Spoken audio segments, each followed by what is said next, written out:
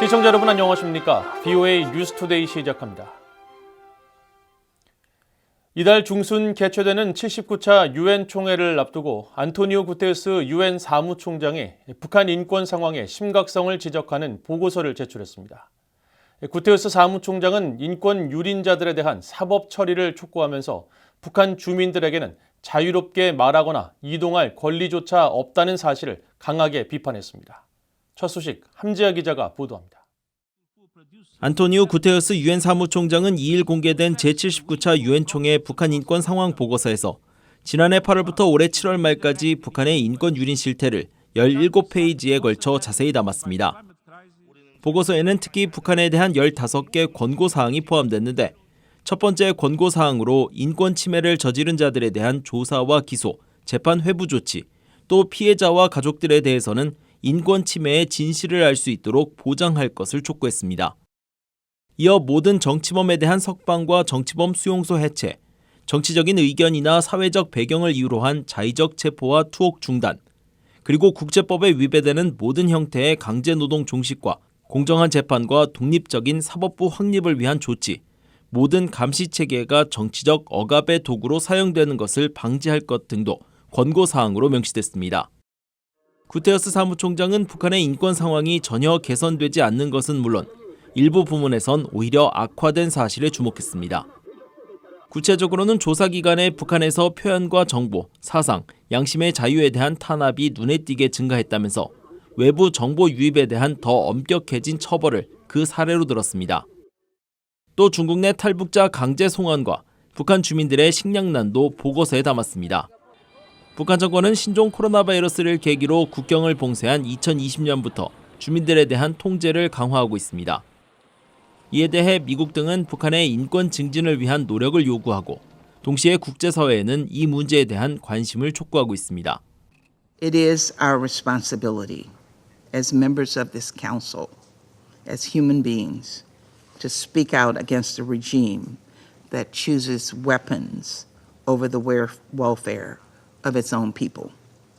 We too must show that same courage and must take action to confront the DPRK's brazen brutality head on, to fight for peace and security, justice and freedom. That is how we create a better future for the people of DPRK and a safer future for us all. 오는 10일 개막하는 유엔 총회 새 회기에선 예년처럼 북한 인권 문제가 비중 있게 다뤄질 전망입니다. 하지만 북한은 이번에도 이 같은 국제사회의 노력을 비난하면서 또다시 반발 태도를 보일 것으로 예상됩니다. 앞서 방광혁 제네바 주재 북한 대표부 차석 대사는 지난해 3월 유엔 인권이사회에서 북한에 대한 주장은 오만하고 비열한 목적을 위한 정치적 동기에서 비롯된 것이라고 주장하면서 이것은 존재하지 않는 인권 문제를 날조함으로써 북한의 이미지를 실추시키려는 불법 행위라고 주장했습니다. BOA 뉴스 함지아입니다. 대북 억지력 운용 방안 등을 논의하는 미국과 한국의 고위급 확장 억제 전략협의체 회의가 미국 워싱턴에서 4일 개최됩니다. 더욱 엄중해진 영내 안보 환경 속에서 미국과 한국의 대북 억제 노력에 대한 진지한 평가가 이뤄질 것으로 예상됩니다. 안소영 기자가 보도합니다. 미국과 한국이 오는 4일 미국 워싱턴 DC 국무부 청사에서 제5차 확장억제 전략협의체 EDSCG 회의를 개최합니다. 국무부 대변인실은 지난 30일 보도자료에서 이번 회의는 동맹과 확장억제에 영향을 미치는 한반도와 인도태평양의 전략정책 현안에 대한 포괄적인 논의를 위한 중요한 장이 될 것이라고 밝혔습니다. 이번 회의에는 미국 측에서 보니 젠킨스 국무부 군축 국제안보 차관과 카라 에버크롬비 국방부 정책부 차관 대행이 대표로 나서고 한국 측에선 김홍균 외교부 1차관과 조창래 국방정책실장이 참석합니다. 한국 외교부도 이날 보도자료에서 확장억제 전략협의체 회의 개최 사실을 확인하고 이번 회의에서 한미는 엄중한 한반도와 영내 안보 상황 아래 외교와 정보, 군사, 경제 분야에서 대북 억제 노력 관련 진전 사항을 점검하고 확장 억제 협력에 영향을 미치는 안보 환경적 요인과 전방위적 확장 억제 강화를 위한 한미 간 정책 공조 방안을 논의할 계획이라고 밝혔습니다.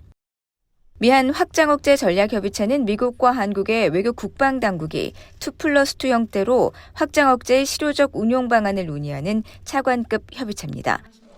과거 문재인 정부 시절인 2018년 1월 이후 열리지 않다가 지난 2022년 5월 미한 정상회담에서 협의체 회의를 재개하기로 합의하면서 같은 해 9월 미국 워싱턴 DC에서 약 4년 8개월 만에 3차 회의를 개최했습니다. 당시 미국과 한국은 이 협의체를 연례화하기로 합의했고 이에 따라 양국은 작년 9월 서울에서 제4차 회의를 열었습니다. 미한 두 나라는 4차 회의에서 북한과 러시아의 군사 협력에 대해 강력한 우려를 표명하고 북러의 안보리 결의 위반에 대해 분명한 대가가 따르도록 공조해 나갈 것이라고 밝혔습니다. 이어 북한의 핵과 대량 살상무기 WMD 위협, 지역 정세 등에 대해 평가하고 확장 억제의 강화된 운영을 위해 외교, 경제, 군사 차원의 공조와 발전 방안에 대해 토의한 것으로 전해졌습니다. Symbolically, it really shows the U.S. extended nuclear deterrence commitments are alive and well, and we're following through on those commitments with this consultative group that was established. It's a very powerful message, I think, to the region and indeed to North Korea, but I would say also to China and Russia. 디트라니 전 차석 대표는 이어 미국의 대통령 선거를 앞두고 있다는 점도 이번 회의가 중요한 이유라면서 미국의 다음 대통령이 누가 되든 한국 그리고 일본과의 동맹이라는 이 요소는 매우 중요하고 거기에는 변화가 없을 것이라는 강력한 메시지가 될 것이라고 평가했습니다. BOA 뉴스 안소영입니다. 북대서양조약기구 나토가 아태 지역에서 전운을 조장한다는 북한의 비난에 대해 오히려 러시아에 직접적인 군사 지원을 하는 것은 북한이라며 북한의 주장을 일축했습니다. 나토 관계자는 2일 BOA의 관련 논평 요청에 북한은 러시아에 군수품 등 직접적인 군사 지원을 제공함으로써 러시아의 우크라이나 침략 전쟁을 부추기고 있으며 이것은 유럽과 대서양 안보에 심각한 영향을 미치고 국제 비확산 체제를 훼손하고 있다고 비판했습니다. 이어 나토와 인도태평양 국가들과의 협력은 나토가 영내에서 직접적인 역할을 추구하겠다는 의도가 아니며 나토는 군사 분야뿐 아니라 사이버 및 신기술, 기후변화가 안보에 미치는 영향 등 전 세계가 직면한 공동 도전 과제에 대해 뜻을 같이 하는 국가들과 협력을 강화해 이점을 얻고 있고 이것이 궁극적으로 나토가 인태 파트너들과 협력을 강화하기로 한 이유라고 강조했습니다. 유엔 산하 포괄적 핵실험 금지 조약기구 CTBTO의 로버트 플로이드 사무총장이 북한의 추가 핵실험 중단을 촉구했습니다. 플로이드 사무총장은 BOA와의 인터뷰에서 러시아가 지난해 포괄적 핵실험 금지 조약 비준을 철회했지만 관측소를 계속 운영하고 자료를 전송하고 있다면서 북한 핵실험 탐지에는 영향을 주지 않을 것임을 시사했습니다. 조은정 기자가 보도합니다. 포괄적 핵실험 금지 조약기구 CTBTO의 로버트 플로이드 사무총장은 최근 국제 핵실험 반대의 날을 계기로 실시한 BOA와의 영상 인터뷰에서 북한이 추가 핵실험 준비를 마친 것으로 알려진 데 대한 분명한 입장을 다시 밝혔습니다. 북한은 포괄적 핵실험 금지 조약 NPT에 서명하지 않은 9개 나라 중 하나라고 지적하면서 북한이 추가 핵실험을 중단한다면 국제사회의 신뢰를 구축하기 시작하는 것이고 그것은 곧 북한에게 직접적인 이득이 될 것이라고 강조한 것입니다. It would be the beginning of some confidence building by DPRK in terms of their relationship with other states and building towards more peace and security, and not just in the Korean Peninsula and Northeast Asia, but in the world. But I'd also say that it is in their direct interest, to suspend any further tests.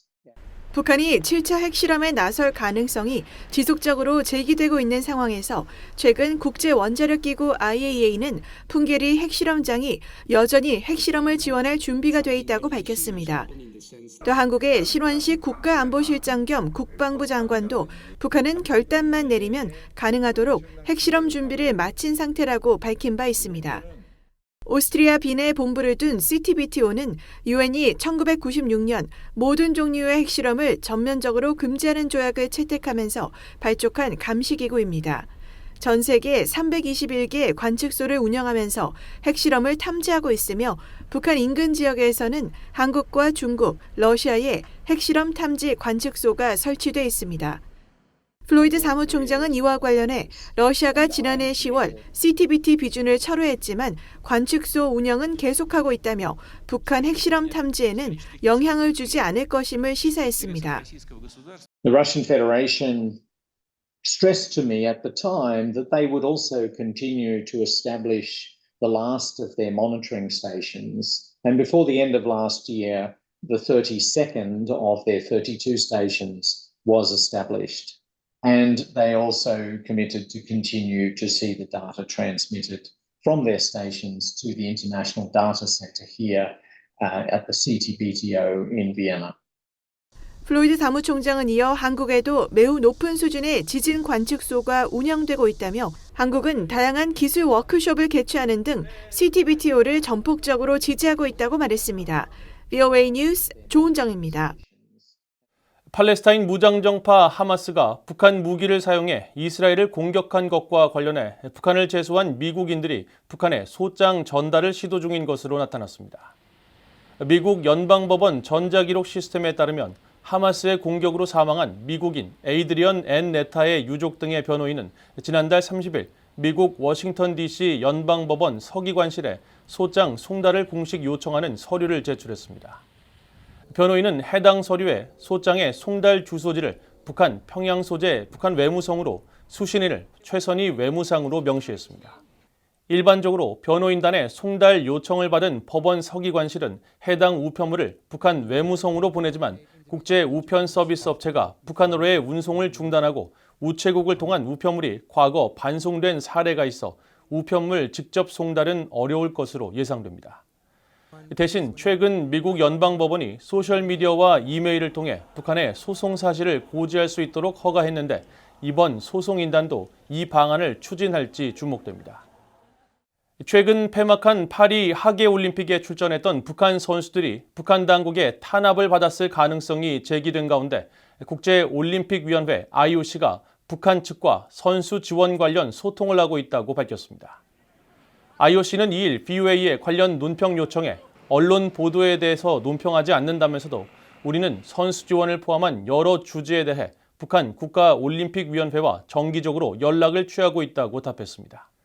이번 사안과 관련해 뉴욕에 본부를 둔 국제인권단체 휴먼 라이츠 워치는 1일 발표한 성명을 통해 IOC는 모든 괴롭힘과 학대로부터 선수들을 보호할 책임이 있으며 북한 선수들이 존중과 우정의 가치를 구현한 행동 때문에 처벌에 두려움을 느끼게 해서는 안 된다고 밝혔습니다.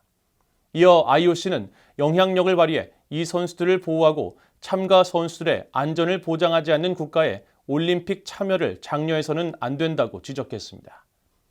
앞서 지난 7월 파리 올림픽 탁구 혼성 복식에 출전해 은메달을 딴 북한의 리정식, 김금용 선수는 시상식에서 금메달을 딴 중국팀, 또 동메달을 획득한 한국 선수들과 함께 화기애애한 모습으로 기념사진을 촬영해 국제적인 관심을 끌었는데 한국의 북한 전문 매체 데일리 NK는 이들에 대한 처벌 가능성이 담긴 부정적 보고서가 북한 당국 상부에 제출됐다고 최근 보도했었습니다.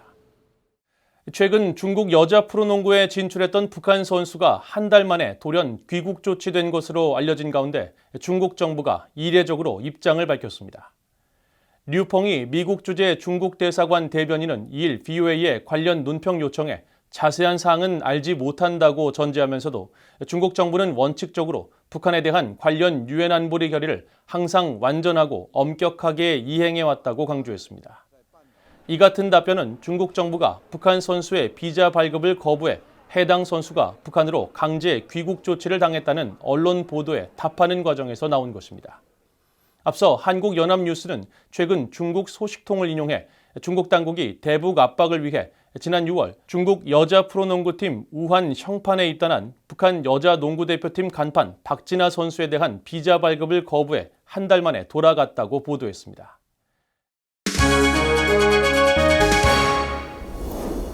국제뉴스입니다. 이스라엘에서 휴전과 인질 석방을 촉구하는 대규모 시위가 벌어진 가운데 조 바이든 미국 대통령이 이스라엘과 팔레스타인 무장정파 하마스가 휴전과 인질 석방 합의에 매우 근접했다고 밝혔습니다.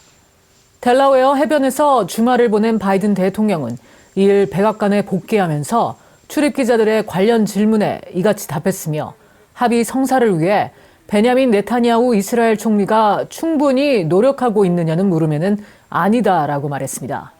바이든 대통령과 민주당 대통령 후보인 카멀라 해리스 부통령은 이날 백악관에서 미국 정부 인질협상팀과 만나 협상 타결 추진 방안을 논의합니다.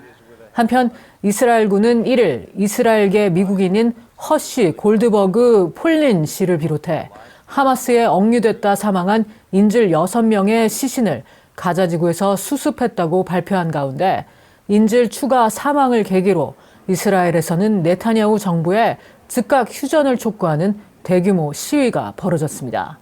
현지 언론 보도들에 따르면 시위대는 텔아비브 주요 고속도로를 점거했으며 예루살렘에서는 군중이 총리실을 에워싸기도 했습니다. 타임스 오브 이스라엘은 이날 시위 규모가 수도인 텔아비브에서 약 30만 명, 전국적으로 50만 명이었다고 보도했으며 이스라엘 인질 실종자 가족 포럼은 텔아비브에서만 55만 명이 참여했고 전국에서 적어도 70만 명이 시위에 나섰다고 CNN에 밝혔습니다. 블라디미르 푸틴 러시아 대통령이 2일 몽골 울란바토르에 도착했습니다. 러시아 관영 타스 통신에 따르면 푸틴 대통령은 이날 오후 11시께 공항에 도착해 몽골 고위 인사들의 환영을 받았습니다. 푸틴 대통령은 3일 오후나 후렐스후 몽골 대통령과 회담하고 과거 소련군과 몽골군이 하린골강에서 일본을 상대로 거둔 공동 승리 85주년 기념식에 참석할 예정입니다. 드미트리 페스코프 크렘린궁 대변인은 푸틴 대통령이 몽골에 도착하기 전 브리핑에서 몽골이 국제형사재판소 ICC의 사법권을 인정하는 문제가 이번 정상회담의 의제에 포함되지 않았다고 말했습니다. 앞서 우크라이나 정부는 지난달 30일 몽골 정부에 푸틴 대통령에 대한 국제형사재판소 ICC의 체포영장 집행을 촉구했습니다. 우크라이나 외무부는 성명을 통해 몽골 당국이 의무적으로 국제형사재판소 체포영장을 집행하고 푸틴 대통령을 이송할 것을 촉구한다고 밝혔습니다. 국제형사재판소는 지난 3월 푸틴 대통령에 대한 체포영장을 발부했습니다. 오는 4일 열리는 중국과 아프리카 협력포럼 정상회의를 앞두고 아프리카 국가 정상들이 베이징에 도착했습니다. 중국 CCTV 등 현지 언론들은 2일 살바 키르 남수단 대통령과 볼라 티누부 나이지리아 대통령, 펠릭스 차세케디 콩고 민주공화국 대통령 등이 베이징에 도착했다고 보도했습니다. 로이터 통신은 중국은 베이징에서 열리는 이번 중국 아프리카 협력포럼 정상회의를 통해 중국의 전기차와 태양광 패널 등의 추가 구매를 촉구할 계획이라고 보도했습니다. 앞서 린젠 중국 외교부 대변인은 정례 브리핑에서 이번 정상회의와 관련해 중국과 아프리카는 더 나은 삶을 추구하며 연대와 협력의 중요성에 동의하고 현대화를 실현하려 한다고 설명했습니다. 이번이 네 번째인 중국 아프리카 협력 포럼 정상회의는 3년마다 열리며 시진핑 중국 국가주석은 5일 개막식에서 기조연설에 나설 예정입니다. 프란치스코 로마 가톨릭 교황이 2일부터 13일까지 아시아 태평양 4개국을 순방합니다. 로이터 통신은 교황이 2일 로마를 출발해 인도네시아 자카르타와 파푸아 뉴기니, 포트모르즈비와 바니모, 동티모르 딜리, 싱가포르를 차례로 방문한다고 보도했습니다. 프란치스코 교황은 이번 순방 기간 중 기후변화와 카톨릭과 무슬림 간 대화라는 메시지에 집중할 것으로 알려졌습니다. 프란치스코 교황의 이번 순방은 2013년 교황 선출 이후 44회의 순방 중 역대 최장 기간으로 기록될 전망입니다. 로이터 통신은 또 오는 12월 88세가 되는 교황은 휠체어를 사용하고 있으며 건강 문제로 지난해 말 두바이에서 열렸던 UN 기후변화 회의도 마지막에 취소해야 했다면서 교황에게 이번 순방은 쉽지 않은 일이 될 것이라고 보도했습니다. 지금까지 국제뉴스였습니다. 이상으로 VOA 뉴스투데이를 모두 마칩니다. 시청해주신 여러분 고맙습니다.